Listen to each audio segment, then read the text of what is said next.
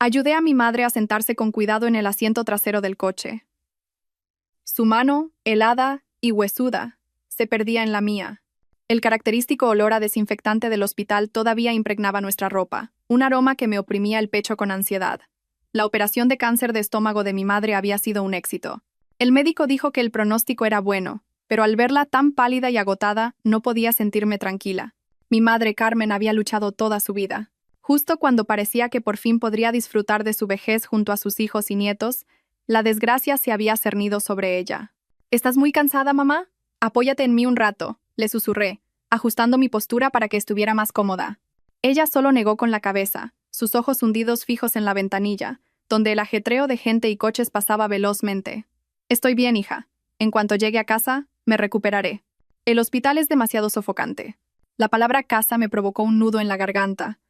La casa a la que se refería era el piso en el que vivíamos mi marido y yo. Mis padres solo tuvieron 2 hijas. Yo, Lucía, y mi hermana menor, Elena, que también estaba casada y vivía por su cuenta.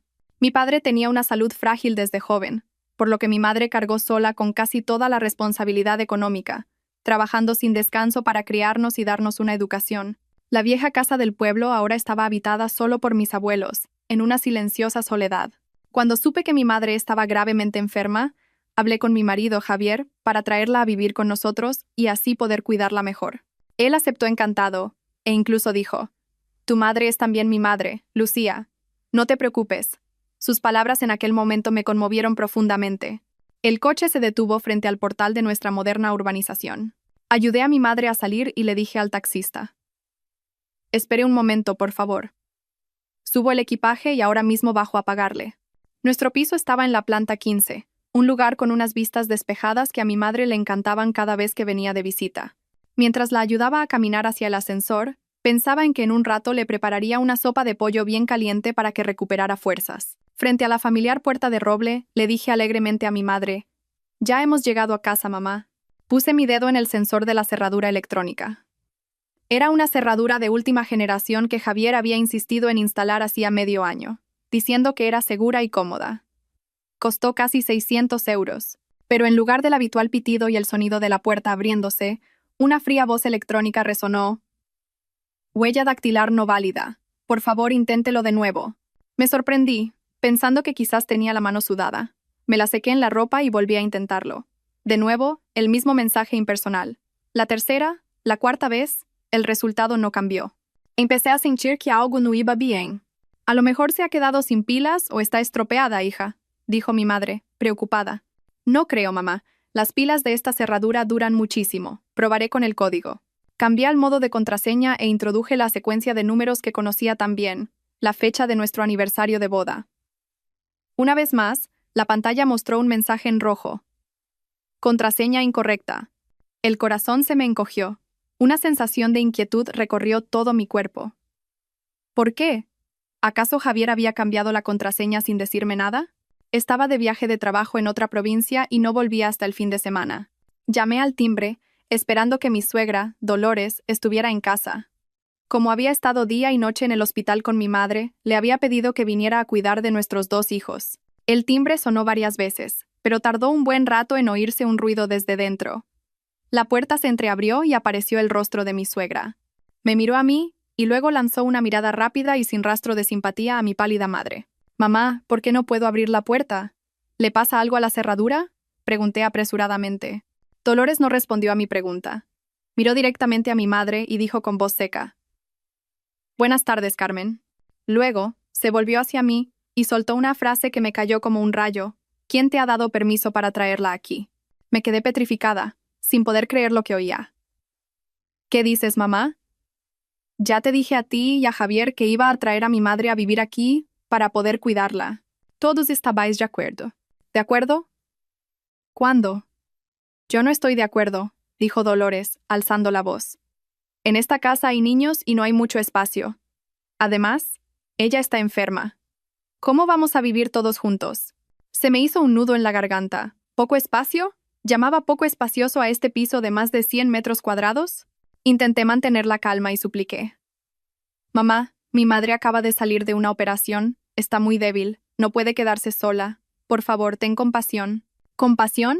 Se burló mi suegra con una sonrisa sarcástica. Mi casa no está para esas cosas. Dicen que la gente con cáncer trae mala suerte, que afecta a la salud y a los negocios de la familia. No quiero que a mi hijo o a mis nietos les pase nada. Cada una de sus palabras era como un puñal clavándose en mi corazón. Temblaba de rabia, pero al ver el rostro cada vez más pálido de mi madre, tuve que tragarme la ira. Mi madre tiró suavemente de mi manga y dijo con voz débil: «Déjalo, hija. Llévame de vuelta al pueblo». «De ninguna manera», exclamé. «Con tu salud, ¿cómo voy a quedarme tranquila si vuelves allí?». En ese momento Dolores volvió a hablar, con un tono condescendiente, como si me estuviera haciendo un favor. «Bueno, está bien. Si tanto te preocupa tu madre, hagamos una cosa. Al principio de la calle hay un hotel que parece bastante limpio. Llévala allí unos días y luego ya veremos. Ahora que mi Javier gana buen dinero, pagarle una habitación a la consuegra unos días no es nada.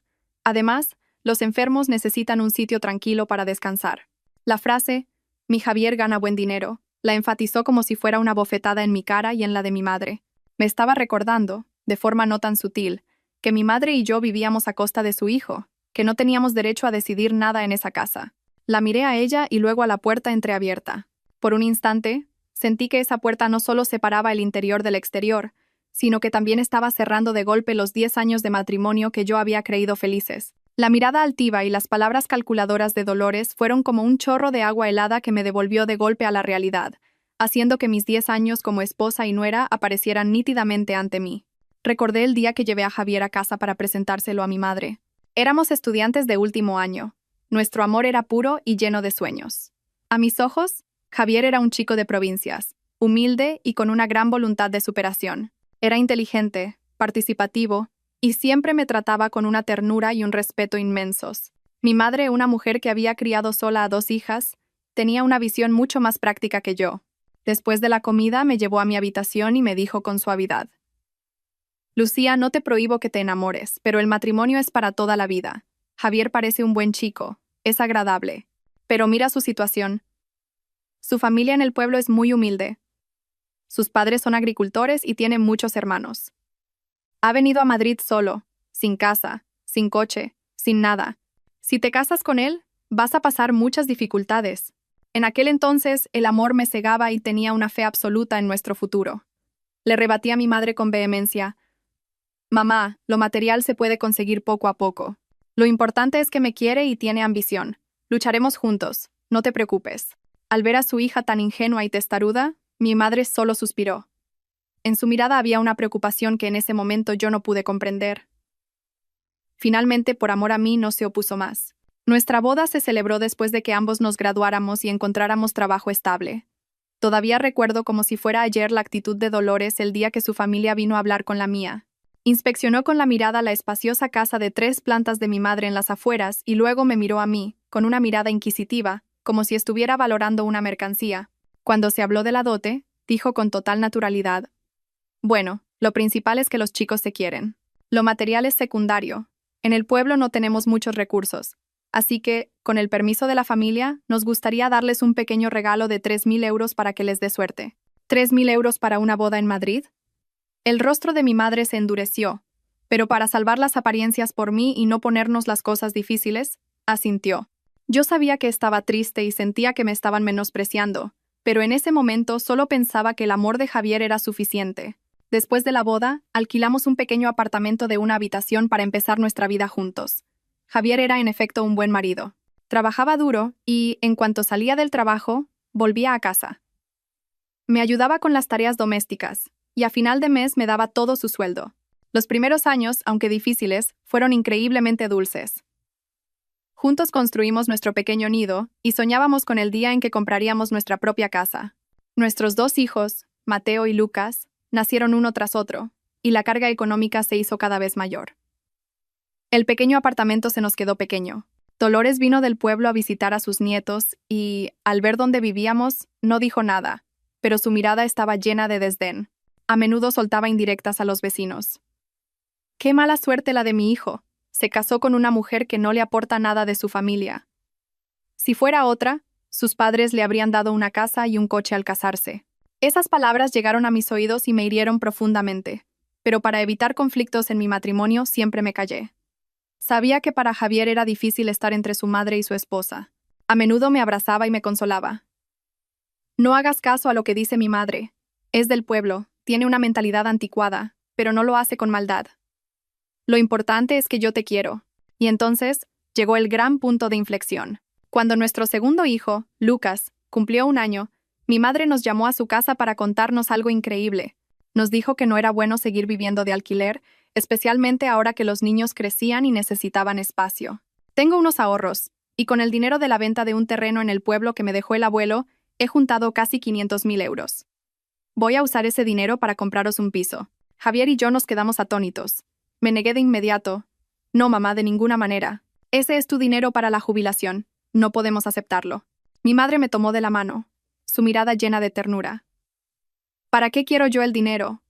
Veros a vosotros y a los niños con un hogar estable, asentados y felices. Es mi mayor alegría. Solo necesito que me cuidéis con cariño cuando sea mayor.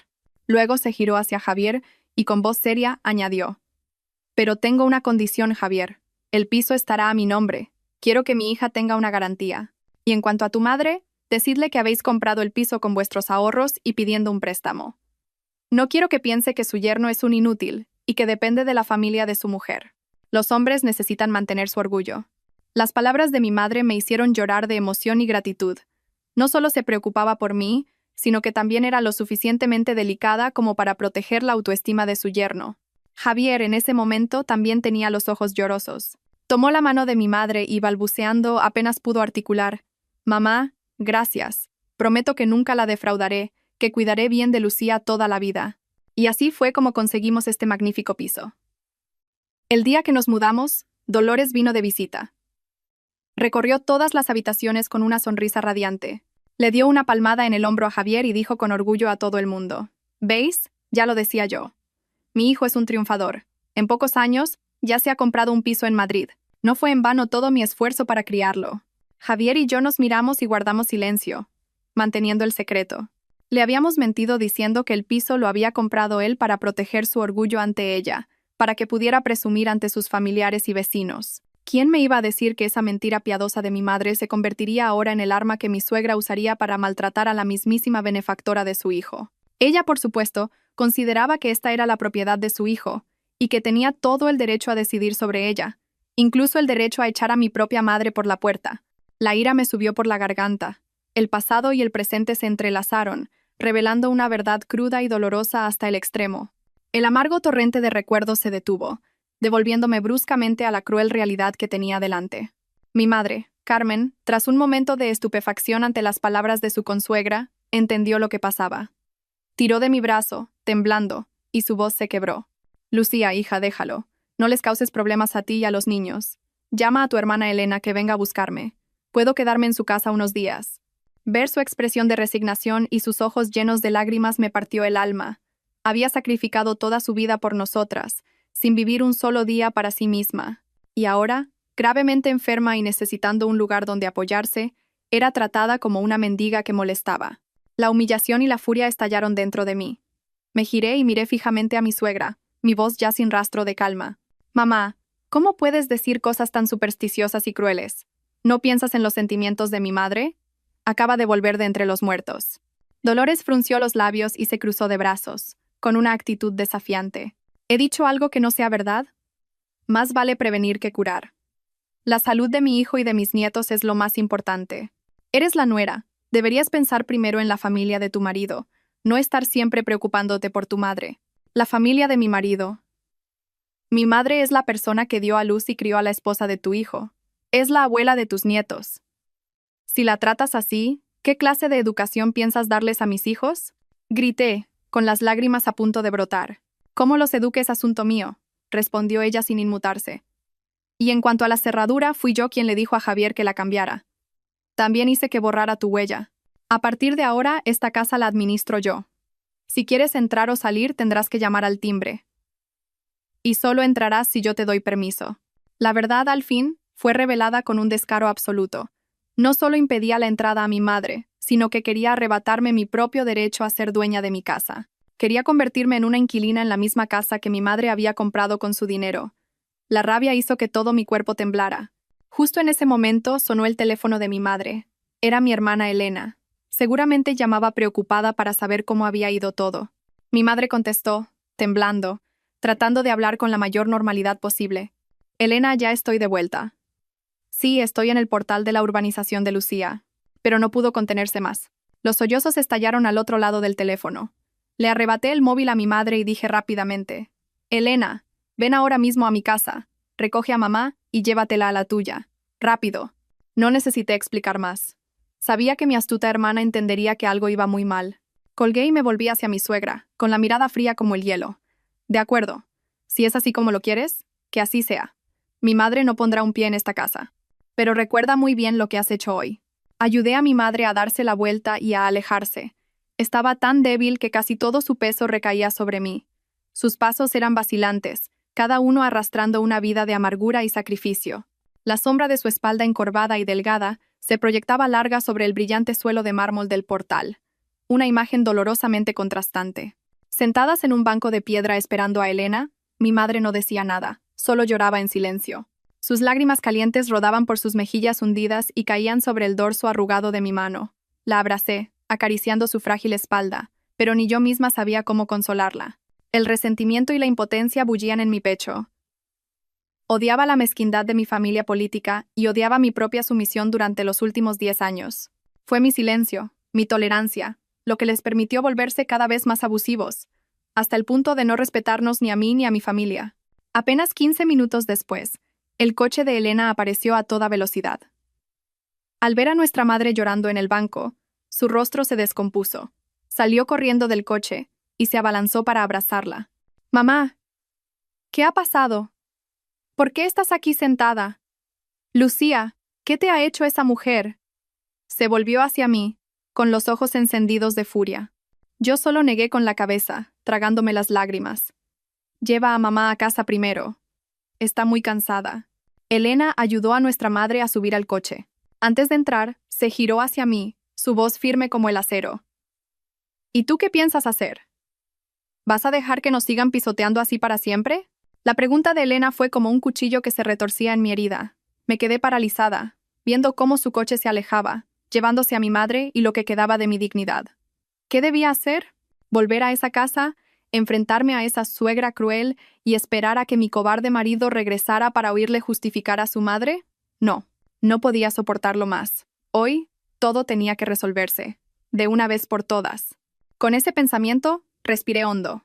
Me di la vuelta y caminé decidida hacia el ascensor. Regresé al piso con un estado de ánimo completamente diferente.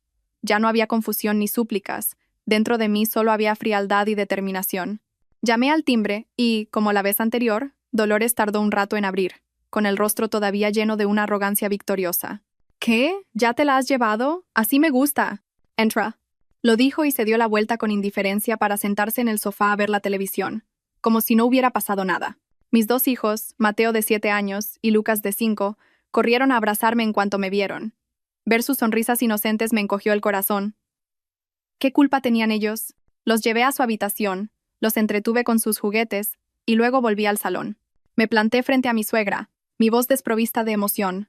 «Mamá, quiero preguntarte una última vez, ¿por qué cambiaste la cerradura?» Dolores me lanzó una mirada sin soltar el mando de la televisión. «Ya te lo he dicho. No me gusta tener gente enferma en esta casa. Trae mala suerte. Además, soy tu suegra. Tengo derecho». ¿Derecho? ¿Quién te ha dado ese derecho? Esta casa. Estuve a punto de revelar la verdad, pero me contuve. Aún no era el momento. Necesitaba hablar primero con Javier. ¿Javier sabe esto? Lo sepa o no, ¿qué más da? Es mi hijo. ¿Acaso va a escuchar a su mujer antes que a su madre? Se burló ella. No dije nada más. Discutir con alguien que ha perdido la razón es inútil.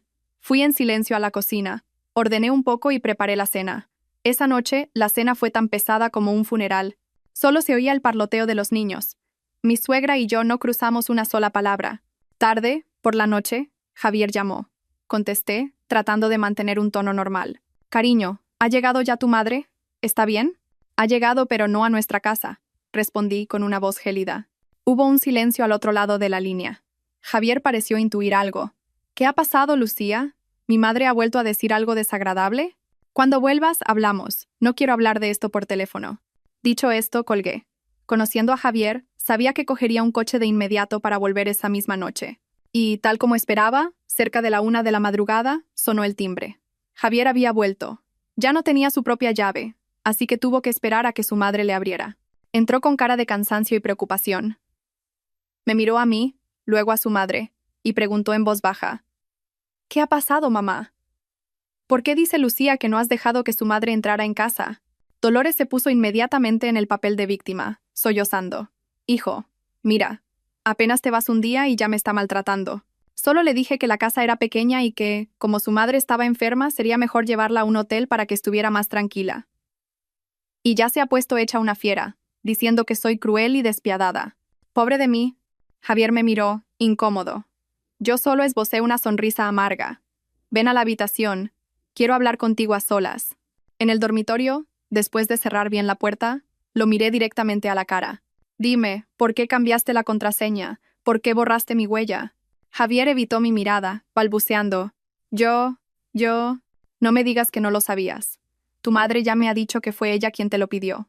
Solo quiero oír una explicación de tu propia boca». Finalmente, Javier lo admitió. Bajó la cabeza, su voz apenas un susurro. «Lo siento. Mi madre dice que tener a alguien con cáncer en casa es malo para el Feng Shui, que afecta a mi salud, a mi trabajo y al de los niños. Insistió en que cambiara la cerradura, que si no, se volvía al pueblo inmediatamente». Yo estaba entre la espada y la pared. ¿Entre la espada y la pared? Estallé en una risa amarga. ¿Te sientes entre la espada y la pared al tener que elegir entre una madre supersticiosa e irracional, y tu esposa y tu suegra, la mujer que lo ha dado todo por ti y por esta familia? Javier, ¿todavía tienes algo de humanidad? Mi madre acaba de someterse a una operación. Necesita cuidados, necesita a su familia cerca. ¿Y tienes el corazón de tratarla así? Sé que he hecho mal, dijo Javier mesándose el pelo. Pero ya conoces a mi madre. Es una mujer de pueblo, con una mentalidad cerrada. ¿No puedes ser un poco más tolerante con ella? Mañana mismo iré a casa de Elena a buscar a tu madre. Hablaré de nuevo con la mía. Llevo 10 años siendo tolerante, Javier. He sido tan tolerante que la gente se ha subido a mi cabeza. Grité, desesperada. Y tú, no vuelvas a usar la excusa de que es una mujer de pueblo para justificar el egoísmo y la crueldad de tu madre. Y, sobre todo, para justificar tu propia cobardía y falta de lealtad. ¿Recuerdas hace un año, cuando te diagnosticaron cáncer de pulmón en fase inicial? Mi pregunta dejó a Javier helado. Su rostro se puso pálido. Balbuceó. ¿Por qué sacas eso ahora?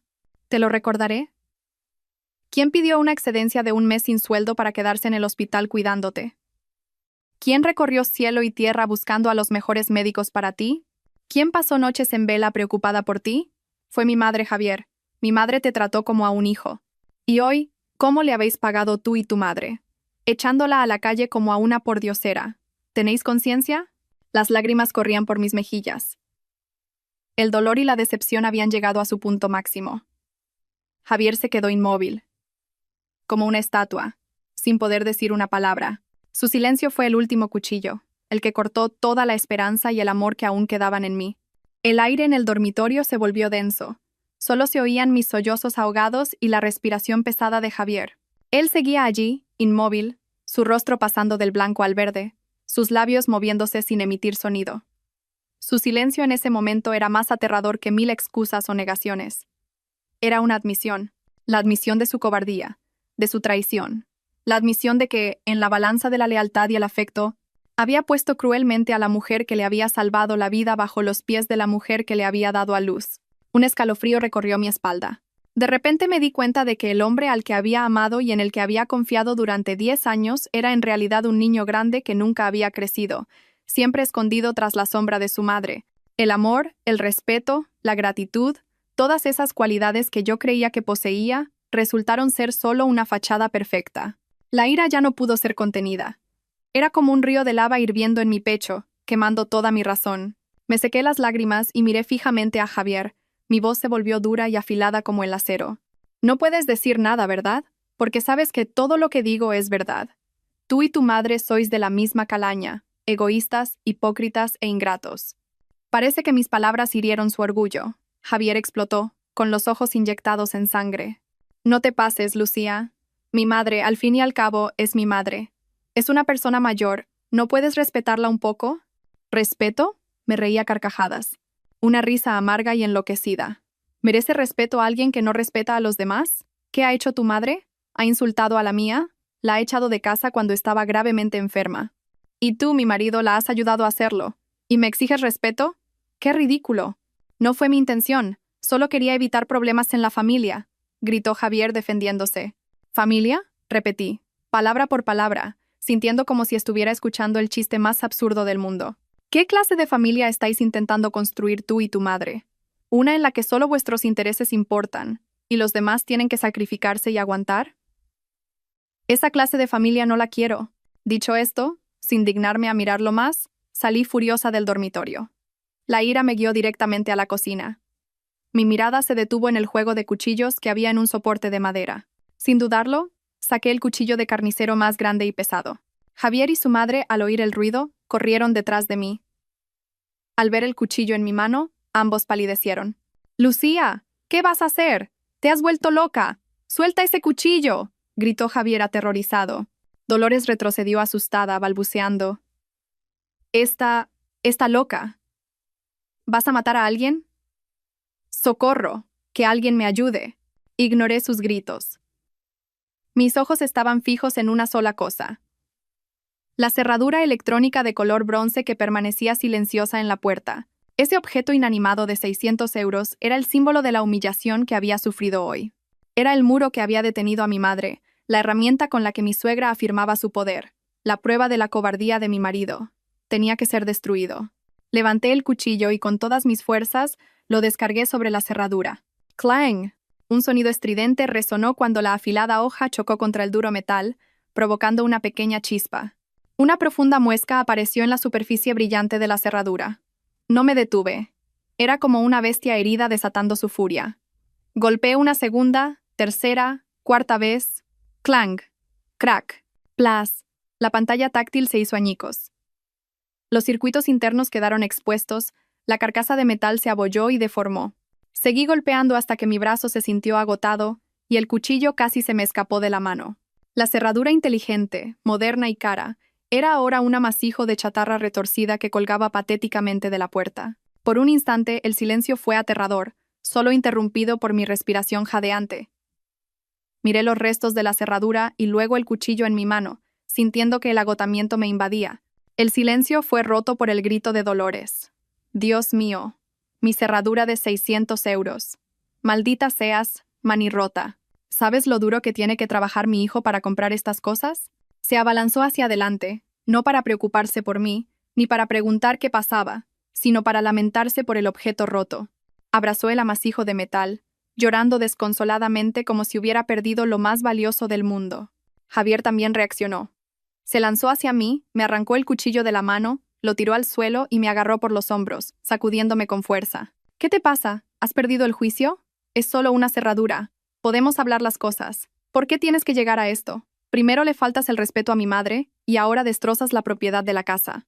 Me zafé de él con un empujón violento y retrocedí tambaleándome. Miré al hombre que tenía la cara roja de ira y a la mujer que lloraba por un objeto. Un sentimiento de asco me invadió. «¿Propiedad? ¿Dices que esto es vuestra propiedad? ¿Estás seguro?». Reí. Una risa tan fría que hasta a mí misma me dio escalofríos. «De acuerdo.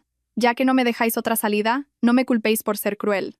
Tras ese ataque de locura, una extraña calma se apoderó de mí. Todas las emociones parecían haberse congelado. No más lágrimas, no más gritos, solo una decisión clara y firme que se formaba en mi mente. No podía quedarme en este lugar ni un segundo más. Esta casa se había convertido en una jaula sofocante y tóxica. Me di la vuelta en silencio y caminé hacia nuestro dormitorio, ignorando los lamentos de Dolores y los reproches furiosos de Javier. Saqué la maleta más grande de debajo de la cama y la abrí de par en par. Empecé a guardar mis cosas de forma mecánica y silenciosa. Cada prenda, cada objeto personal, cosas que me habían acompañado durante 10 años de matrimonio, ahora las doblaba y metía en la maleta sin el menor atisbo de nostalgia. Al ver lo que hacía, Javier entró. Su tono de voz un poco más suave, quizás dándose cuenta de la gravedad de la situación. «Lucía, ¿qué estás haciendo? No te enfades más. Sé que hoy te has sentido humillada. He cometido un error. Siéntate y descansa. ¿Podemos hablar mañana?». No respondí, ni detuve lo que estaba haciendo. Mis acciones eran la respuesta más clara. Javier se acercó más, tratando de detenerme. «Lucía, no hagas esto. Piensa en los niños. Son pequeños. Al oír la palabra niños, mi mano se detuvo. Era cierto. Mis hijos. No podía irme sola. Tenía que llevármelos. Eran mis hijos. No podía permitir que crecieran en un ambiente tan falso y cruel. Aparté la mano de Javier y fui directamente a la habitación de Mateo y Lucas. Los pequeños probablemente habían oído la discusión y los golpes. Estaban acurrucados en la cama, con los ojos abiertos de par en par por el miedo. Al verme, el pequeño Lucas hizo un puchero, a punto de llorar. Mamá, tengo miedo. La abuela y papá te están regañando. Sentí como si alguien me estrujara el corazón. Corrí a abrazarlos, mi voz se quebró. No pasa nada, mis amores. Nadie está regañando a mamá. Ahora vestíos. Os voy a llevar a casa de la tía Elena a jugar. Les cogí la ropa y, con manos temblorosas, les ayudé a vestirse. Javier, de pie en la puerta, observaba la escena con una expresión de impotencia. ¿A dónde te los llevas? No compliques más las cosas. En ese momento, Dolores también entró corriendo. Al verme preparando a los niños, gritó: tú!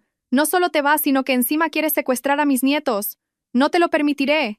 Son los herederos de la familia. No tienes derecho a llevártelos a ninguna parte. Dicho esto, se abalanzó sobre mí, intentando arrebatarme a Lucas. Mi instinto maternal me hizo girarme para proteger a mi hijo, y le grité: suéltame. Son mis hijos, no una propiedad de tu familia. Son tus hijos, pero también mis nietos. Son de mi sangre. ¿Pretendes llevarlos a ese lugar de mala suerte de tu familia? ¿A esa casa donde hay una enferma de cáncer para que se contagien? Oh, soltó ella una sarta de las palabras más venenosas e ignorantes que jamás había oído. ¡Cállate!, grité. Mi paciencia había llegado a su límite. ¿Qué sabes tú para hablar así? El cáncer no es contagioso.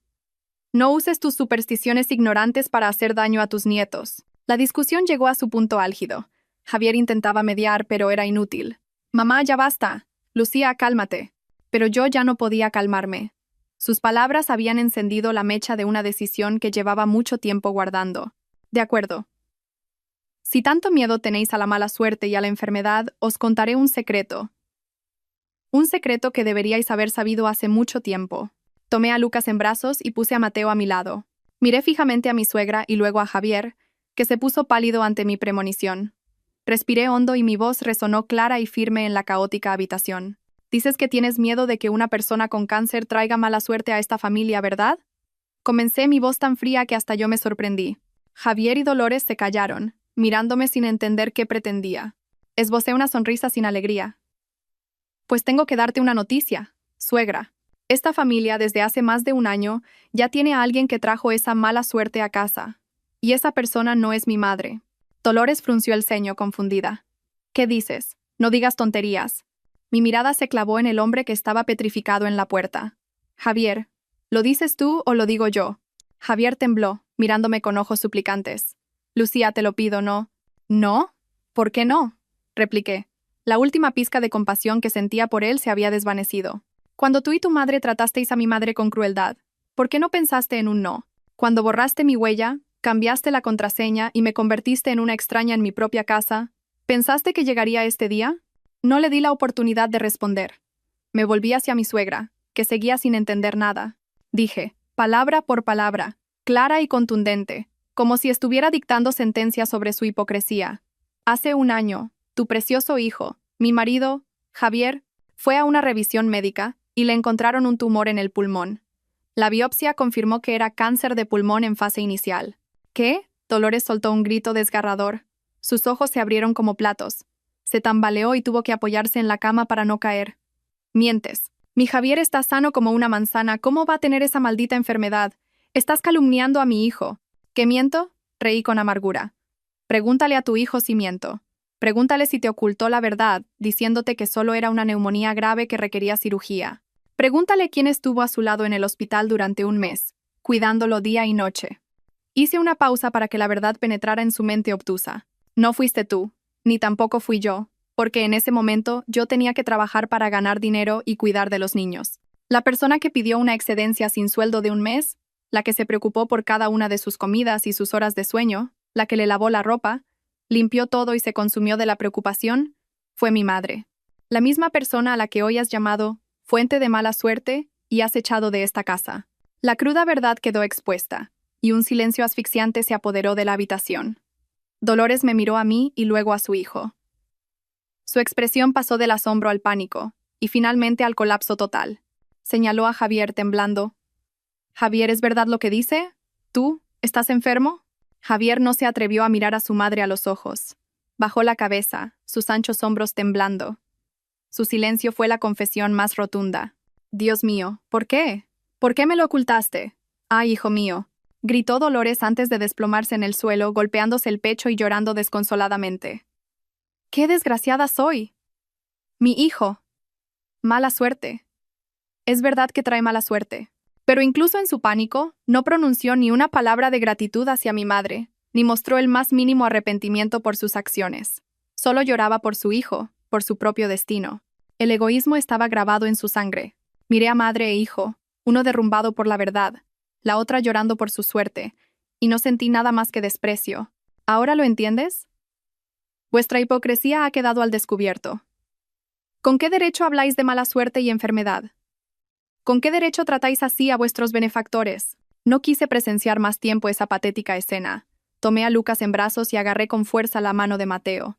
«Vámonos, hijos». Pasé junto a Javier, que seguía paralizado, y junto a Dolores, que lloraba en el suelo. Esta vez, nadie se atrevió a detenerme. Ya no tenían el derecho.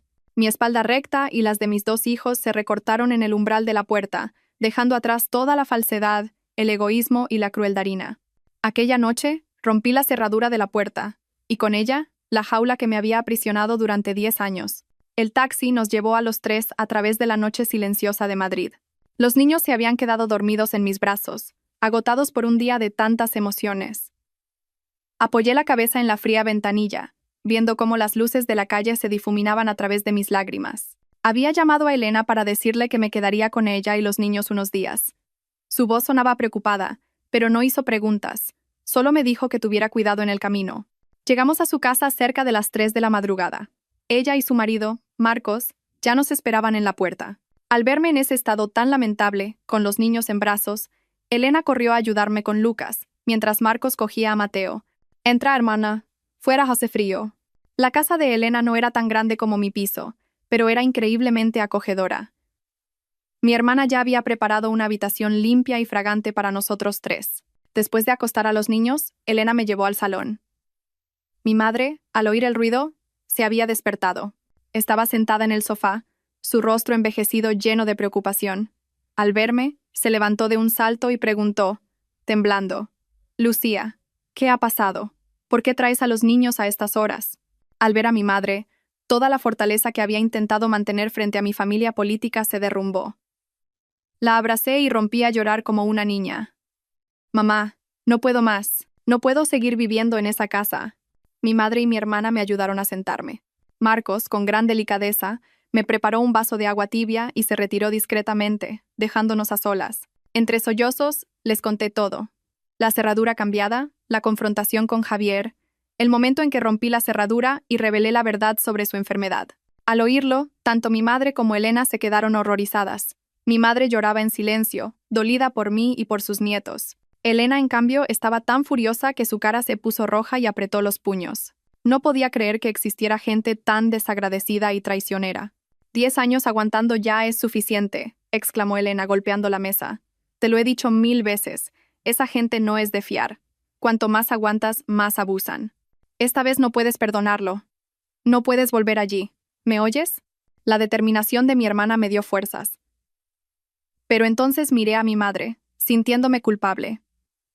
Pero, mamá, se suponía que debía cuidarte, y ahora... Mi madre me tomó la mano y negó con la cabeza. No te preocupes por mí. Estoy bien aquí con Elena y Marcos. Solo me preocupáis tú y los niños. ¿Qué piensas hacer? En ese momento mi padre salió de su habitación.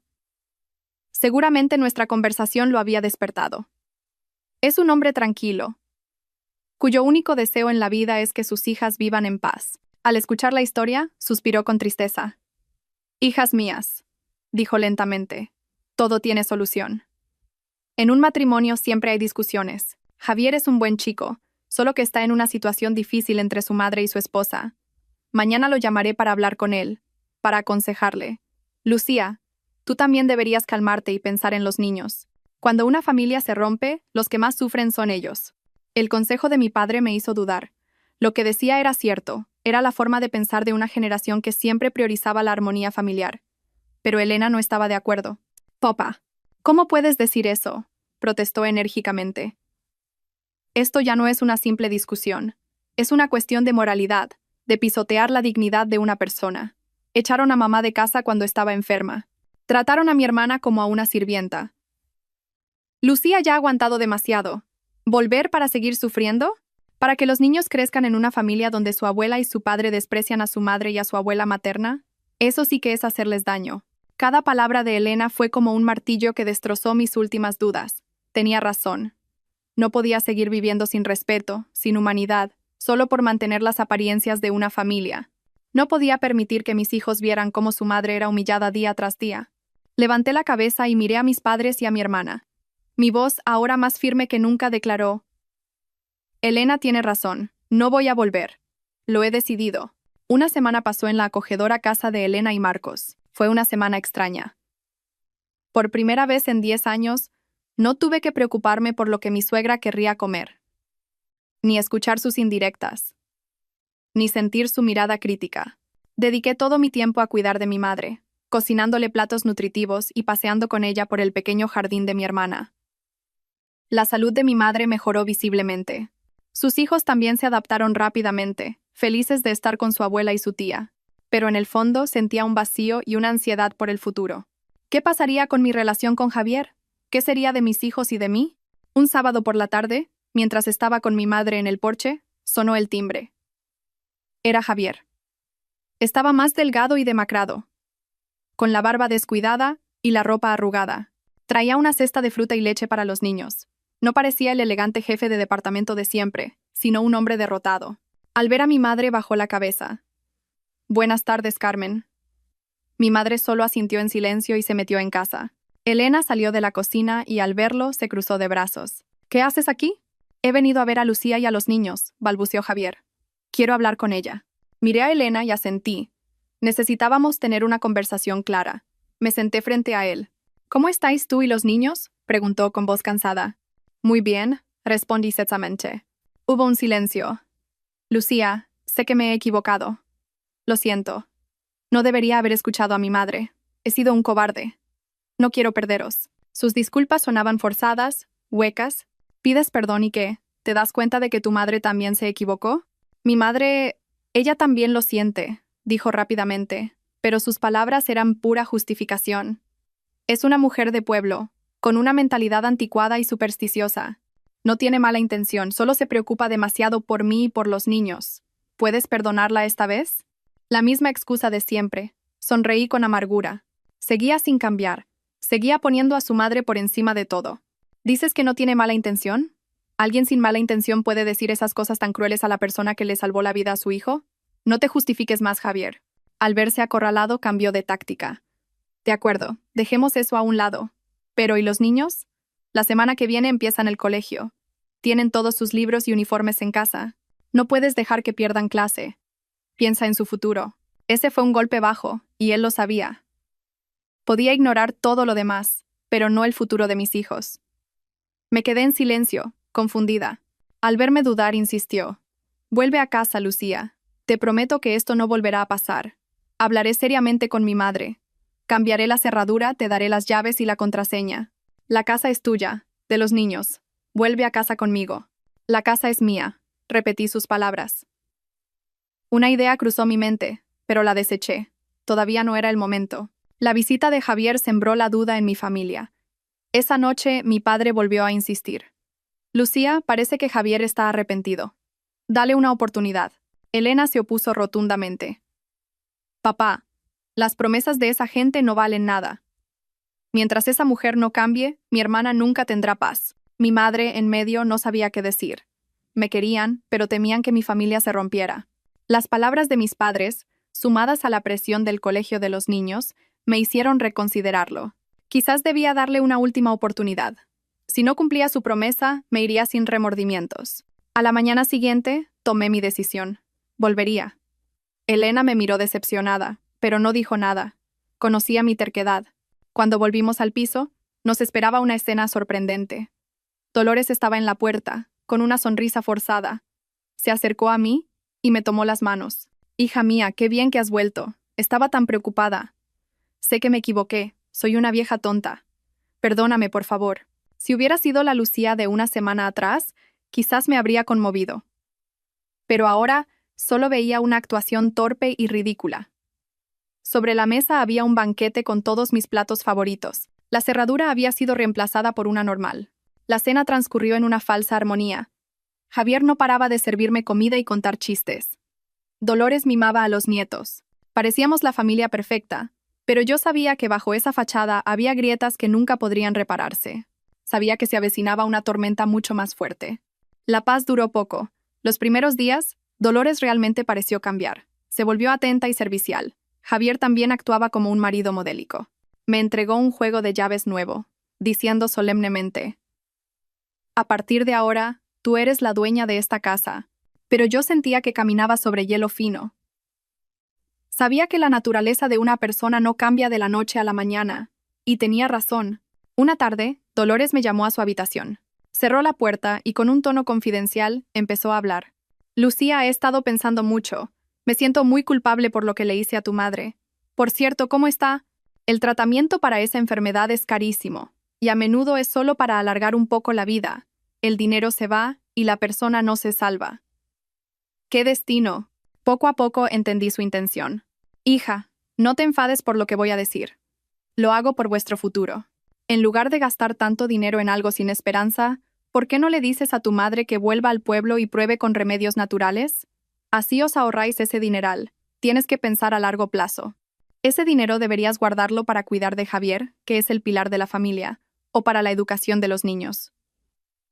¿No crees que tengo razón? Me quedé helada ante su crueldad y su cálculo descarado. No había ni rastro de arrepentimiento, solo un interés egoísta. Toda la bondad de mi madre hacia su hijo había sido olvidada. No quise discutir más. Me levanté, la miré a los ojos y dije con una voz gélida: «Gracias por su preocupación. Yo sé lo que tengo que hacer con mi madre». Salí de la habitación y cerré la puerta de un portazo, cerrando también la última puerta de esperanza que le había dado a esta familia. Desde ese día, mi trato hacia ella se limitó a lo estrictamente necesario. La ignoraba. Mi silencio y frialdad la incomodaban. Intentó provocarme criticando mi comida o mi forma de tender la ropa, pero yo no reaccionaba. Mi indiferencia era mi mejor arma. Incapaz de soportarlo, recurrió a su viejo truco: amenazar con volver al pueblo. Una noche, en cuanto Javier llegó, empezó su teatro. Se sentó en el sofá, con los ojos rojos, fingiendo llorar. «Pobre de mí, soy una carga para todos. Déjame volver al pueblo, hijo. Déjame volver a mi huerto y a mi paz». Javier se giró hacia mí, con reproche. «¿Qué le has hecho ahora a mi madre? ¿No puedes ser más tolerante?» Yo, desde la cocina, solo sonreí con desdén. Mi silencio lo enfureció más. Dolores, envalentonada, se levantó y empezó a meter ropa en una bolsa vieja. «Me voy ahora mismo. Este hijo mío ya no me respeta, prefiere a su mujer». Era una escena que había visto innumerables veces. Normalmente, Javier suplicaba y yo cedía. Pero esta vez fue diferente. Fui a mi habitación, saqué una maleta de viaje grande y nueva, y la puse sobre la cama. «Mamá, use esta maleta. La suya está muy vieja. Deje que le doble la ropa. Voy a mirarle un billete de autobús. A estas horas todavía hay coches cama. Le reservaré el mejor, para que duerma cómoda y mañana por la mañana ya esté en casa. Un cambio de aires le vendrá muy bien». Tanto Javier como Dolores se quedaron de piedra. El teatro de Dolores se había derrumbado. Se quedó paralizada, sin saber qué hacer. Si no se iba, perdía la cara. Si se iba, no quería hacerlo. Javier, furioso, me gritó: «Lucía, ya te has pasado. Estás echando a mi madre». «No estoy echando a nadie», respondí con una calma aterradora. «Estoy respetando su decisión. Ella quiere irse. Yo solo la ayudo». «¿O es que esperas que me arrodille y le suplique que se quede, como siempre?» Javier se quedó sin palabras. Dolores, atrapada en su propia mentira, era ahora una actriz cómica en su propio escenario. El silencio se apoderó de la habitación. Javier, incapaz de contenerse, explotó: «Eres una mujer desagradecida. Mi madre me crió, se sacrificó por mí, y ahora que tengo una casa y la traigo para cuidarla, ¿la tratas así? Desagradecida». Esas palabras fueron la chispa que encendió 10 años de frustración acumulada. Me levanté de un salto. «Repite eso, Javier. ¿Quién es el desagradecido aquí?» Durante 10 años, ¿cómo he tratado a tu madre? Le he servido en todo. He aguantado sus críticas, sus desprecios y sus supersticiones. Y todo por ti, por mantener esta familia. ¿Y qué he recibido a cambio? Que tú y tu madre os subáis a mi cabeza y echéis de casa a mi propia madre, a tu salvadora.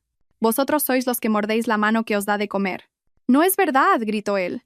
Lo de tu madre fue un error de mi madre por ser mayor. Ya te pedí perdón. ¿Un error? Reí con amargura. Llamas error a la crueldad y al egoísmo. Te di una oportunidad, Javier.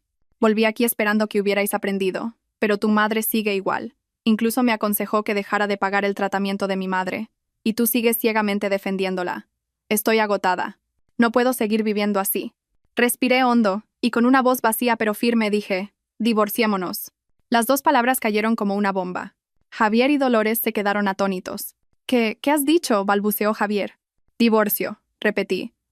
No puedo vivir con gente tan falsa e ingrata. Y una cosa más. Esta es mi casa.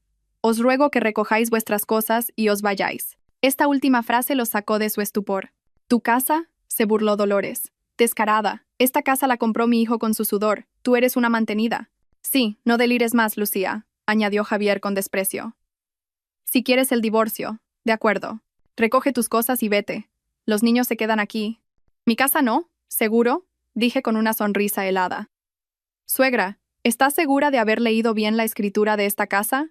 Fui al armario donde guardaba los documentos importantes.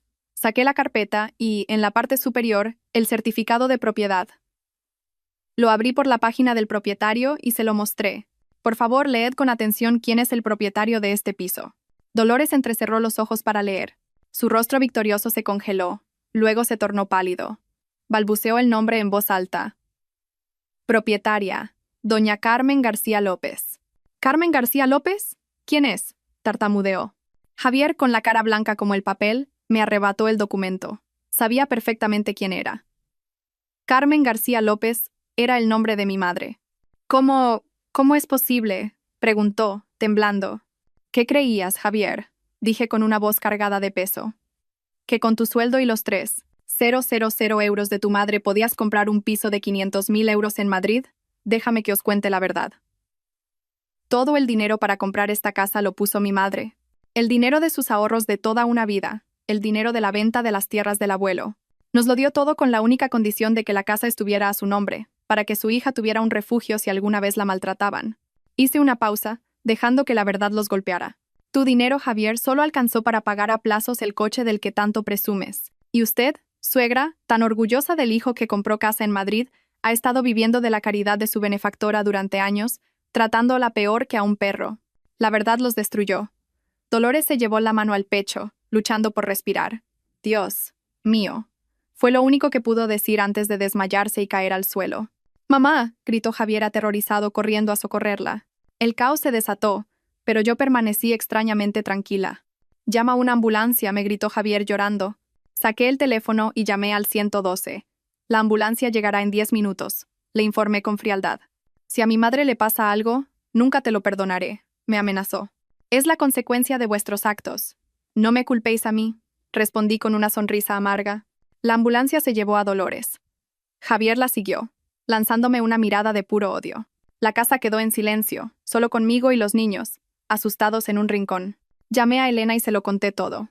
Voy para allá, fue su única respuesta. Una hora después, Javier llamó desde el hospital. Ven ahora mismo. Mi madre se ha despertado y quiere verte. Su voz era una orden. Al fondo oí los gritos de Dolores. Ay, Dios mío, que no era tan malvada. Me roba la casa, me roba los nietos, y ahora quiere matarme. Devuélvele la casa a mi hijo. Su nuevo teatro había comenzado. Cuando Elena y yo llegamos al hospital, la escena era un circo. Dolores, en pijama de hospital, estaba sentada en el suelo del pasillo de urgencias, llorando y golpeando el suelo. Una multitud de curiosos se había reunido. Al verme, gritó aún más fuerte. «Ahí está, la esposa malvada. Miradla, ella me ha hecho esto. Falsificó los papeles de la casa para robarle a su marido. Echó a su suegra a la calle». Todas las miradas se volvieron hacia mí, llenas de juicio. Murmuraban cosas como, «Parece tan decente, pero qué mala es. Pobre anciana». Javier no decía nada, simplemente me miraba con una mezcla de odio y triunfo. Pero se equivocaba. Yo ya no era la misma. Elena me apretó la mano. Tranquila, hermana. Déjala actuar. Cuanto más alto suba, más dura será la caída. Respiré hondo y di un paso al frente. Con voz clara y firme, me dirigí a la multitud. Buenas tardes. Sé que los trapos sucios se lavan en casa, pero ya que mi suegra ha llegado a este punto, me gustaría aclarar algunas cosas. La multitud se calló. Dice que le he robado la casa. Yo pregunto, ¿alguien roba una casa que ha sido comprada con el dinero de su propia madre? Levanté la escritura. Aquí lo pone claro. La propietaria es mi madre, Carmen García López. Ella usó los ahorros de toda su vida para darnos un hogar, solo para que hoy su propia hija sea acusada de ladrona en su propia casa. ¿No es injusto? La gente empezó a murmurar. Continué, con la voz quebrada pero controlada. Dice que soy cruel, quizás lo soy. Fui cruel cuando hace una semana traje a mi madre del hospital, recién operada de cáncer, y mi suegra y mi marido me habían cambiado la cerradura y no me dejaron entrar, diciendo que el cáncer trae mala suerte. Si fuera vuestra madre, recién salida de una operación a vida o muerte, ¿no os dolería el alma? Muchas mujeres en la multitud asintieron con compasión. Y hay más, dije mirando a Javier, que se ponía pálido. Tienen miedo a la enfermedad, pero olvidan que hace un año, su propio hijo, mi marido, también tuvo cáncer. Y la persona que lo cuidó en el hospital durante un mes no fue otra que mi madre enferma.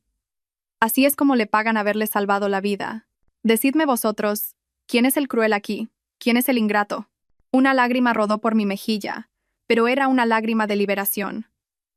La multitud, ahora convencida, se volvió contra ellos. ¡Qué teatro, hijo desagradecido! El karma existe, pobre chica.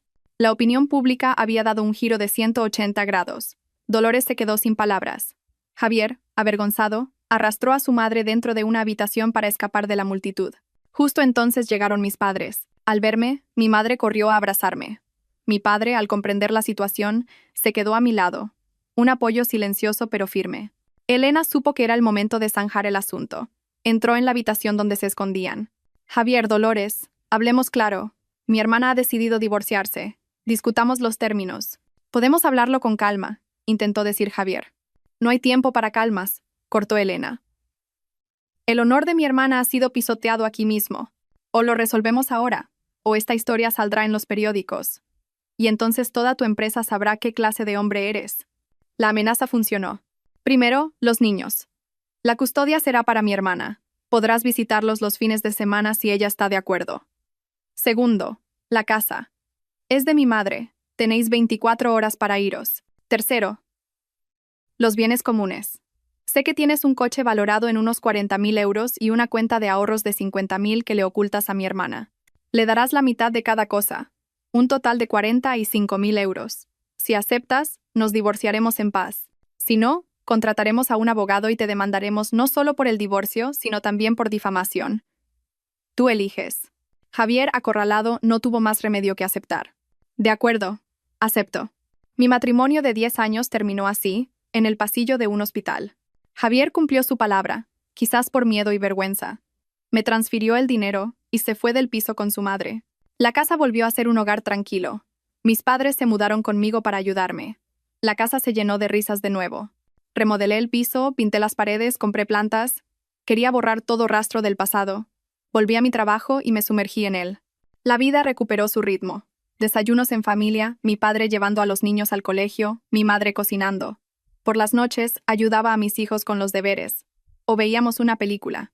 Esa paz sencilla fue sanando mis heridas. En Nochevieja, mientras veíamos los fuegos artificiales desde el balcón, mi hijo mayor, Mateo, me susurró: «Mamá, me gusta más vivir así. Antes, con la abuela, no me gustaba. Siempre te regañaba. Y la vi tirar las medicinas de la abuela Carmen a la basura, pero no me atreví a decir nada». Su confesión me rompió el corazón.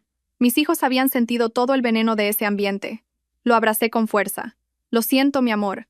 Siento que tuvieras que ver esas cosas. No es tu culpa, mamá. Sé que nos quieres más que a nadie. Y yo también te quiero a ti más que a nadie. Sus palabras me hicieron llorar de felicidad. Irse había sido la decisión correcta. Un nuevo amanecer estaba comenzando. 2 años pasaron volando. Mi vida y la de mis hijos era estable y feliz. Me ascendieron a directora de departamento. La salud de mi madre mejoró enormemente. Mis hijos crecían sanos, felices y buenos estudiantes. Javier venía a verlos de vez en cuando, pero nuestras conversaciones eran breves y centradas en ellos. Me enteré de que se había vuelto a casar. Un día mi hermana me llamó, emocionada. ¿A que no sabes a quién me he encontrado? A Javier y a su nueva esposa. Y no es ninguna rica heredera. Su familia está en bancarrota y él está hasta el cuello de deudas para ayudarles. Tuvo que vender el coche. El karma es maravilloso. Yo solo suspiré. Cada uno cosecha lo que siembra. Unos meses después vi ese karma con mis propios ojos. Estaba en una reunión en otro edificio de oficinas y, mientras esperaba el ascensor, vi a una limpiadora fregando el suelo.